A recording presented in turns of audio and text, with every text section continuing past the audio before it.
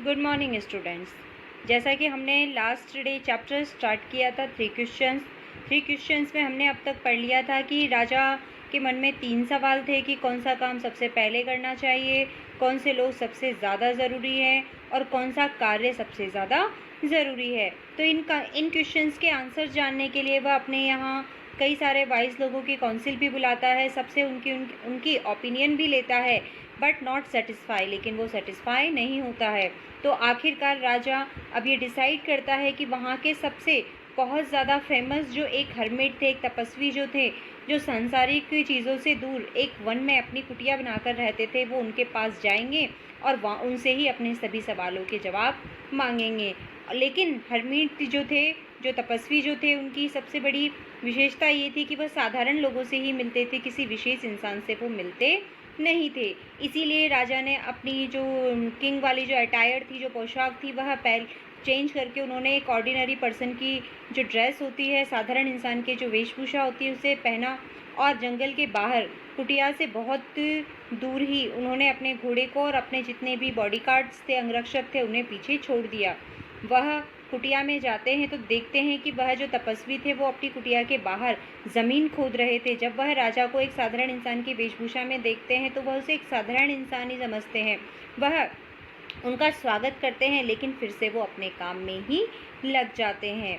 तो उसके आगे यहाँ तक हम पढ़ चुके थे कि ही ग्रेटेड द किंग, उन्होंने राजा का सम्मान किया, अभिवादन किया और फिर से वह अपने इस काम में, अपनी खुदाई, इस भूमि को खुदाई के काम में लग गए। देखिए आगे जो हर्मिट थे, जो तपस्वी थे, उनके बारे में बताया गया है। The hermit was old and weak, वह तपस्वी जो थे वो बहुत ज़्यादा वृद्ध थे और बहुत ज़्यादा कमज़ोर भी थे।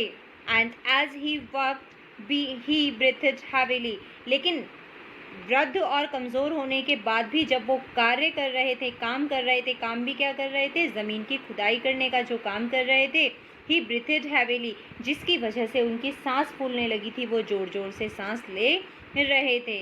The king went up to the hermit and said, तब वह राजा जो थे वह उन तपस्वी के पास जाते हैं और उनसे कहते हैं, I have come to you wise hermit, I have come to you wise hermit to ask you to answers 3 questions, कि वह उनके पास जाते हैं राजा और उनसे, तपस्वी से कहते हैं, हे महान तपस्वी, हे बुद्धिमान तपस्वी, मैं आपके पास अपने 3 सवालों के जवाब जानने के लिए आया हूँ। आप बहुत ही बुद्धिमान तपस्वी हैं और मैं जानता हूँ कि आपके द्वारा दिए गए आंसर से मैं सेटिस्फाई हो जाऊँगा।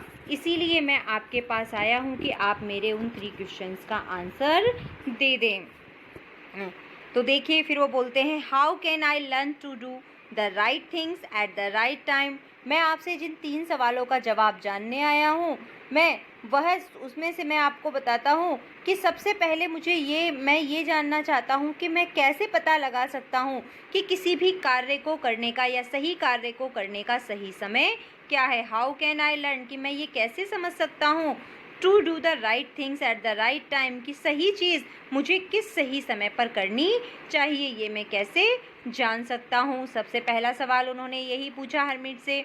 दूसरा सवाल उनका था, who are the people I need most, कि मुझे सबसे ज़्यादा किन लोगों को अपने साथ रखना चाहिए, वो कौन कौन से पर्सन्स हैं जिनकी मुझे सबसे ज़्यादा ज़रूरत है। हु आर यानी कौन कौन से, यहाँ बहुत सारे लोगों के लिए आया, देखिए हु के साथ आर, तो कौन कौन से वो पर्सन्स हैं। यहाँ हु इज़ नहीं आया है जो एक पर्सन के लिए आया है, यहाँ बहुत सारे लोगों के लिए पूछा है। इसीलिए who are the people I need most, कि वो कौन कौन से ज़रूरी व्यक्ति हैं जो मुझे हमेशा अपने पास रखने चाहिए या अपने साथ रखने चाहिए। And what affairs are the most important, और मुझे सबसे पहले कौन सा कार्य करना चाहिए, कौन सा मामला सॉल्व करना मेरे लिए सबसे ज़्यादा इम्पॉर्टेंट होना चाहिए।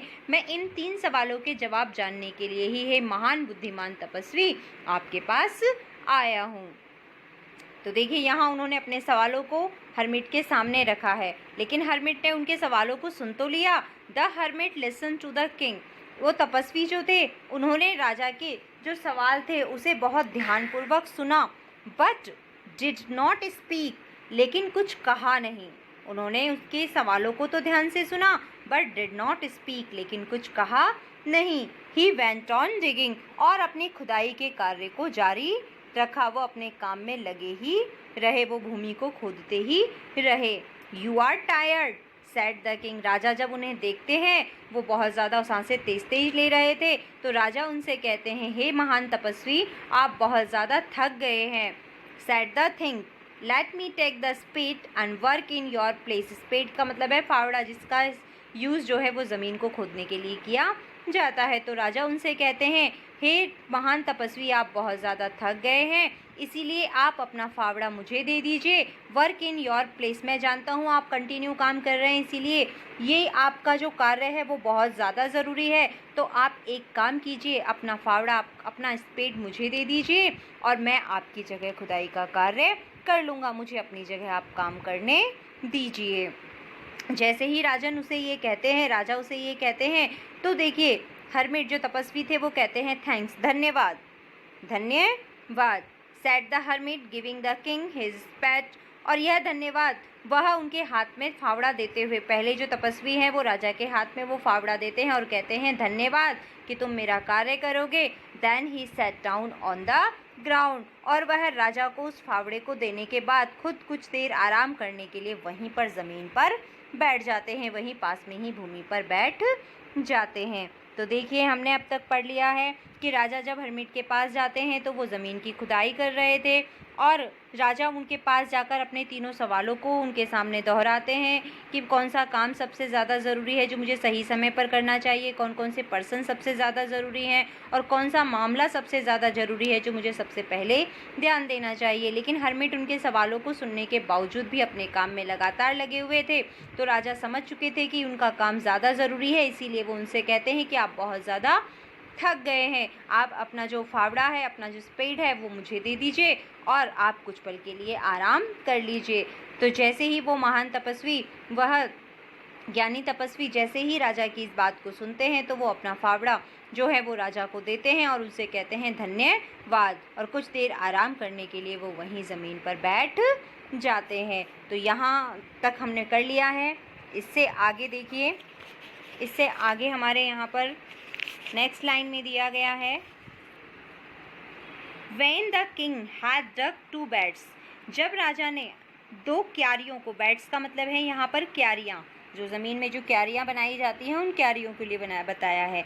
जब राजा ने 2 क्यारियों को खोद लिया था, he stopped and repeated his question, तो राजा रुकते हैं और फिर से अपने सवालों को हरमिट के सामने, तपस्वी के सामने दोहराते हैं। The hermit gave no answers, लेकिन जो तपस्वी थे उन्होंने अभी भी राजा के सवाल का कोई जवाब नहीं दिया था।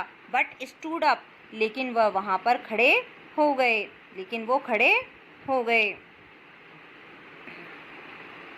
Stretching out his hand for the spade, और खड़े होकर वापस से वो अपना हाथ फैलाते हुए कहते हैं, अब ये फावड़ा मुझे दे दीजिए। नाउ यू रेस्ट, अब आप बहुत ज़्यादा थक गए हैं, अब आप कुछ देर के लिए जो है वो रेस्ट कीजिए, आराम कीजिए। एंड लेट मी वर्क, अब कुछ देर मुझे काम करने दीजिए। तो 2 क्यारियाँ खोदने के बाद जब राजा फिर से अपने सवालों को दोहराते हैं, तब जो वो हरमिट थे वो क्या कहते हैं, वह उनके सवालों का तो कोई जवाब नहीं देते, खड़े होते हैं और खड़े होने के बाद अपने हाथ को बढ़ाकर वह फिर से उस फावड़े को मांगते हैं और कहते हैं, अब कुछ पल के लिए आप आराम कर लीजिए और मुझे इस काम को करने दीजिए। But the king did not give him the spade and continued to dig, लेकिन राजा ने उन्हें, तपस्वी को, फावड़ा नहीं दिया और फिर से वो खुदाई का काम करने उन्होंने नहीं दिया, करने लगे फिर से काम। अब इसी प्रकार लगातार खुदाई करते करते देखिएगा 1 hour पास्ट, 1 घंटा गुजर गया, लगातार राजा को ज़मीन खोदते हुए 1 घंटा गुजर गया। देन अनदर, वैसे ही धीरे धीरे दिन निकलने लगा, घंटे पे घंटे बीत गए।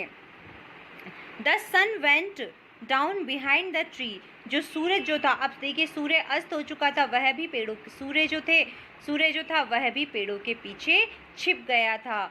And at last the king struck the spade into the ground and said, आखिरकार राजा जो थे उनके सब्र की सीमा समाप्त हो गई, उन्हें गुस्सा आने लगता है और वह गुस्से में अब वो क्या करते हैं, राजा फावड़े को ज़मीन में धंसा देते हैं, ज़मीन पर पटकते हैं बहुत ज़ोर से, ज़मीन में ही, स्पेज इनटू द ग्राउंड, ज़मीन पर पटकते हैं। एंड सेड, और कहते हैं, I came to you wise man, for an answers to my question, कि हे महान बुद्धिमान व्यक्ति, मैं यहाँ आपके पास अपने कुछ सवालों के जवाब जानने के लिए आया था। मैं आपसे अपने सवालों का जवाब जानना चाहता था। If you can give me know answer, लेकिन यदि आपके पास मेरे सवालों का कोई जवाब नहीं है तो टेल मी, तो मुझे बता दीजिए कि आपके पास जवाब नहीं है। सो आई विल रिटर्न होम, आप मुझे साफ साफ जवाब तो दे दीजिए। अगर आपके पास मेरे सवालों का जवाब नहीं है तो मुझे बता दीजिए, मैं फिर से अपने घर को लौट जाऊंगा। सुबह से शाम हो चुकी है, कई घंटे बीत चुके हैं, लेकिन आप मेरे सवालों का कोई जवाब नहीं दे रहे हैं। यहाँ राजा को क्या है, उन महान तपस्वी पर गुस्सा आता है और वो गुस्से में वो फावड़ा जो था उसे ज़मीन में धंसाते हुए कहते हैं कि हे वाइस मैन, मैं आपके पास अपने सवालों का जवाब जानने के लिए आया था, लेकिन यदि आप मेरे सवालों का जवाब नहीं दे सकते तो मुझे बता दीजिए, मैं अपने घर वापस लौट जाऊंगा। Here comes someone running, said the hermit. देखिए, उसी वक्त जब ये चीज़ कही जाती है तभी तपस्वी ने कहा, कोई व्यक्ति देखो, कोई व्यक्ति यहाँ दौड़ते हुए आ रहा है। Here come someone running, said the hermit. वह तपस्वी कहते हैं, देखो यहाँ कोई दौड़ते हुए आ रहा है। अब देखिए, यहाँ बीच में क्वेश्चंस पूछे गए हैं आपको। Why did the king want to know answers to 3 questions. तो हमने आपको पहले ही बताया, इस क्वेश्चन का मीन्स होता है कि राजा आखिरकार अपने तीनों सवालों के जवाब क्यों जानना चाहते थे। तो आपको ये बता ही दिया था आपको कि वो क्यों जानना चाहते थे। बिकॉज वो यही चाहते थे, राजा तीनों प्रश्नों के उत्तर इसलिए जानना चाहते थे क्योंकि उन्होंने सोचा कि यदि ये उत्तर उन्हें मिल जाएंगे तो वो किसी भी काम में कभी फेल नहीं होंगे और वो हमेशा हर काम में पास ही होंगे, यानी कि उनका हर काम सफल होगा। इसीलिए वो इन सवालों के जवाब जानना चाहते थे। अगला क्वेश्चन था हमारा, messenger were sent through out the kingdom, कि जो संपूर्ण राज्य में राजदूत भेजे गए थे वो किस चीज़ के लिए भेजे गए थे। वाइसमैन को बुलाने के लिए भेजे गए थे, या सवालों के जवाब ढूंढने के लिए भेजे गए थे, या जो हमारे तपस्वी थे महान उनको ढूंढने के लिए भेजे गए थे, या जो मैसेंजर थे वो इसलिए भेजे गए थे कि जो भी मेरे सवालों का जवाब देगा उसे मैं उचित इनाम दूंगा। तो इनमें से हमने पढ़ा था कि ना तो वाइसमैन को बुलाने के लिए भेजा गया था, ना ही उन्होंने क्वेश्चंस के आंसर के लिए दूतों को भेजा था, ना ही उन्होंने महान तपस्वी को ढूंढने के लिए भेजा था।